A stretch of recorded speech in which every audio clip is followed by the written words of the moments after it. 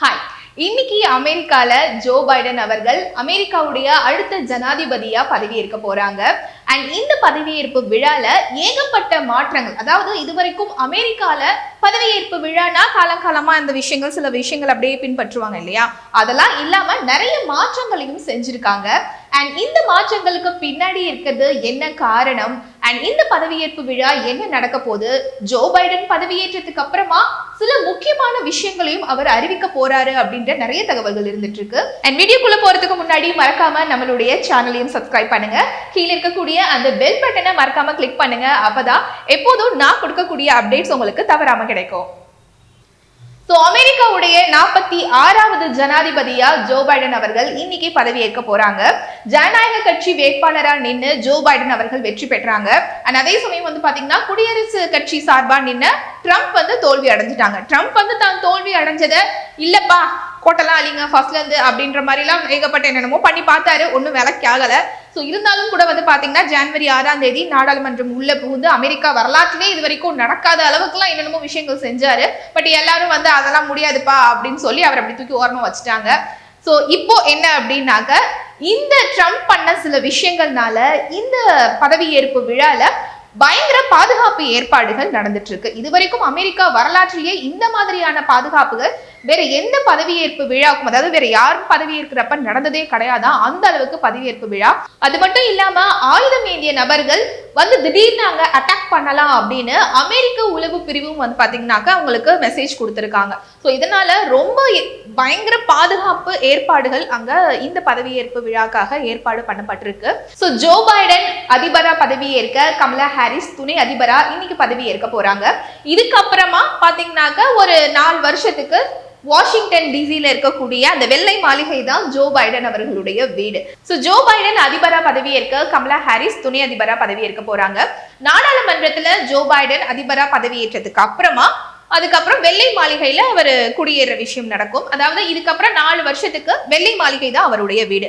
ஏற்கனவே வெள்ளை மாளிகையில ட்ரம்ப் இருந்தாரு அப்படின்னாக்க ட்ரம்ப்க்கு தான் டாடா பேப்பர் சொல்லிட்டாங்க இல்லையா. அதனால அவர் என்ன பண்றாருன்னா புளோரிடால இருக்கக்கூடிய அவருடைய சொந்த வீட்டுக்கு போவாரு அப்படின்ற எதிர்பார்ப்புகள் இருந்துட்டு இருக்கு. இந்நேரம் ஆல்ரெடி அவங்க வீட்டுக்காரம்மாவை கூட்டிட்டு வா சுருதி போலாம் அப்படின்னு அவர் கூட்டிட்டு போயிருப்பாரு. ஏன்னா ஏற்கனவே பாத்தீங்கன்னா ஜனவரி 8ஆம் தேதி ட்ரம்ப் என்ன சொல்லியிருந்தாருன்னா, இந்த மாதிரி பதவியேற்பு விழால நான் கலந்துக்க போறது இல்ல அப்படின்னு சொல்லியிருந்தாரு. இதுவரைக்கும் அமெரிக்க வரலாற்றுல எந்த ஒரு அதிபரும் இந்த மாதிரி சொன்னது கிடையாது. எப்போதுமே வழக்கமா நடக்கிற விஷயம் என்ன அப்படின்னாக்க, ஒரு அதிபர் பதவி ஏற்கும் போது அதுக்கு முன்னாடி இருந்த அதிபர் ஒரு மரியாதை நிமித்தமா என்ன பண்ணுவாங்கன்னா அந்த விழால கலந்துக்குவாங்க. அவங்களும் அந்த விழால கலந்துட்டு சிறப்பிப்பாங்க அப்படின்னு தான் சொல்லும். ஆனா இந்த தடவை ட்ரம்ப் அப்படிலாம் நான் கலந்துக்க மாட்டேன், நான் கோவத்துல இருக்கேன் அப்படின்றத காட்டுறாரு. ஆனா ட்ரம்ப் என்ன சொல்லியிருந்தாருன்னா, ஒரு ராணுவ அணிவகுப்போட எனக்கு பிரியாவிடை கொடுங்க அப்படின்ற மாதிரி ஒரு ரெக்வஸ்ட் பண்ணியிருந்தாரு. கவர்மெண்ட்ல இருந்து அதெல்லாம் உனக்கு பண்ண முடியாது, நீ முதல்ல இடத்த காலி பண்ணு அப்படின்னு சொல்லிட்டாங்க. ட்ரம்ப் இந்த வெள்ளை மாளிகையில இருந்து காலி பண்ணிட்டு ஆல்ரெடி நேரம் கிளம்பி இருப்பாரு. இனி பாத்தீங்கன்னாக்கா ஜோ பைடன் அவர்கள் வெள்ளை மாளிகையில, அதாவது அதிபரா பதவி ஏற்றதுக்கு அப்புறமா குடியேற போறாங்க. ஏற்கனவே பயங்கர பாதுகாப்புகளோட இந்த பதவியேற்பு விழா நடக்கும்போது இன்னொரு பக்கம் எதுக்கு இவ்வளவு சிம்பிளா இந்த பதவியேற்பு விழாவை பண்றாங்க அப்படின்னா COVID-19 தான். கொரோனானால ஏற்கனவே ரொம்ப பாதிக்கப்பட்ட ஒரு நாடு அப்படின்னா அமெரிக்கான்னு சொல்லலாம். ஏகப்பட்ட உயிரிழப்புகள் அங்க. அதனால கொஞ்சம் என்ன பண்ணிருக்காங்கன்னா, இந்த தடவை இந்த செலிப்ரேஷனும் இல்லப்பா, ரொம்ப சிம்பிளா நம்ம முடிச்சுக்கலாம்ப்பா அப்படின்ற மாதிரி இந்த பதவியேற்பு விழாவை அரேஞ்ச் பண்ணியிருக்காங்க. எப்போதுமே பாத்தீங்கன்னாக்க கிட்டத்தட்ட ஆயிரக்கணக்கான மக்கள் இதை பாக்குறதுக்காக வருவாங்க. பட் இந்த தடவை அந்த மாதிரிலாம் எதுவுமே கிடையாது. மேடைக்கு 2 புடமும் இருக்கக்கூடிய, அதாவது மக்கள் பார்க்கக்கூடிய அந்த இடங்கள்லாம் கூட அவங்க அந்த இடத்துல இருந்து ரிமூவ் பண்ணிட்டாங்க அப்படின்ற செய்திகள் இருந்துட்டு இருக்கு. அது மட்டும் இல்லாம ஒரு ஸ்டேஜ்ல வெறும் 200 பேர் மட்டுமே, முக்கியமான பர்சன்ஸ் இருப்பாங்களே அவங்க ஒரு 200 பேர் மட்டுமே, அதுவும் சமூக இடைவெளியோட கொரோனா அப்ப என்ன சேஃப்டி இதெல்லாம் ஃபாலோ பண்ணுமோ அதே மாதிரி என்ன பண்றாங்கன்னா ஒரு 200 பேரை உட்கார வச்சுட்டு போறாங்களாம். அது மட்டும் இல்லாம இந்த பதவியேற்பு விழாவை பார்க்க வரக்கூடிய மக்களுக்காக எப்போதும் 2 lakhs டிக்கெட்ஸ் சேல் ஆகுமா. ஆனா இந்த தடவை வெறும் 1000 டிக்கெட்ஸ் மட்டுமே தான் இவங்க சேல் பண்ணியிருக்காங்க. அது மட்டும் இல்லாம நிறைய ராணுவ அணிவகுப்பு, அதுக்கப்புறம் இல்லாம இசை நிகழ்ச்சி, இந்த மாதிரியான செலிப்ரேஷன்ஸ்லாம் எதுவுமே நேரா கிடையாது. ஆனா ஆன்லைன்ல மக்களுக்காக அதை லைவ் ஸ்ட்ரீம் பண்ணுவோம் அப்படின்றதையும் தெரிவிச்சிருக்காங்க. இப்படி இவ்வளோ சிம்பிளா இந்த பதவியேற்பு விழா நடந்து முடிஞ்சதுக்கு அப்புறமா ஜோ பைடன் அதிபரா பதவி ஏற்கிறாரு. அதுக்கப்புறம் வந்து பாத்தீங்கன்னா சில முக்கியமான அறிவிப்புகளை அவர் வெளியிட போறாரு, அதுவும் முதல் நாள்லயே வந்து வெளியிட போறாரு அப்படின்ற தகவல்கள் இருந்துட்டு இருக்கு. அதாவது குறிப்பா ட்ரம்ப் வந்து அவரோட பீரியட்ல என்னென்ன வந்து முக்கியமான சில சட்டங்கள்லாம் கொண்டு வந்தாரு இல்லையா, சோ அதெல்லாம் வந்து என்ன பண்ண போறாரா இவர் மாத்தி அமைக்க போறாரு அப்படின்ற தகவல்கள் இருந்துட்டு இருக்கு. முக்கியமா சொல்லணும்னா முஸ்லிம் நாடுகள்ல இருந்து மக்கள் அமெரிக்காவுக்கு வரதை வந்து தடை பண்ணணும் அப்படின்ற மாதிரி ஒரு சர்ச்சைக்குரிய ஒரு சட்டத்தை வந்து ட்ரம்ப் கொண்டு வந்தாரு.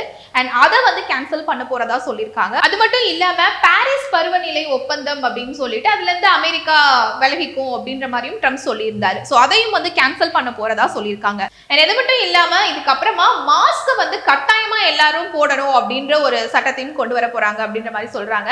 இப்பதான் இதை கொண்டு வராங்களா அப்படின்னு கேட்டீங்கன்னா, அமெரிக்கால மாஸ்க் போட சொன்னதுக்கு ஒருத்தவங்களை சுட்டு கொண்ட கதையெல்லாம் இருக்கு.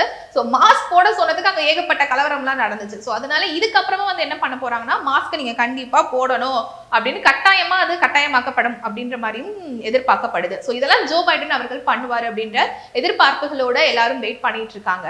ஸோ வேர்ல்டே ரொம்ப ஆர்வமா எதிர்பார்த்துட்டு இருக்க இந்த ஜோ பைடனுடைய பதவி ஏற்பு விழா ரொம்ப சிறப்பா எந்த ஒரு பிரச்சனையும் இல்லாம நடக்குமா அப்படின்றத இப்ப எல்லாருடைய எதிர்பார்ப்புமா இருந்துட்டு இருக்கு.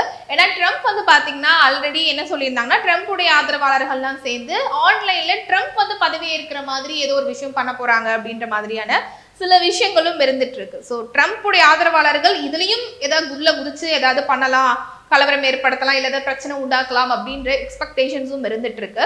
ஸோ என்ன நடக்குது அப்படின்றத பொறுத்திருந்து தான் பார்க்கணும். பட் ஜோ பைடன் அவர்களுடைய இந்த பதவியேற்பு விழா அப்படின்றது வேர்ல்டே ஃபுல்லா திரும்பி பார்க்க வச்சிருக்கு. பாய்.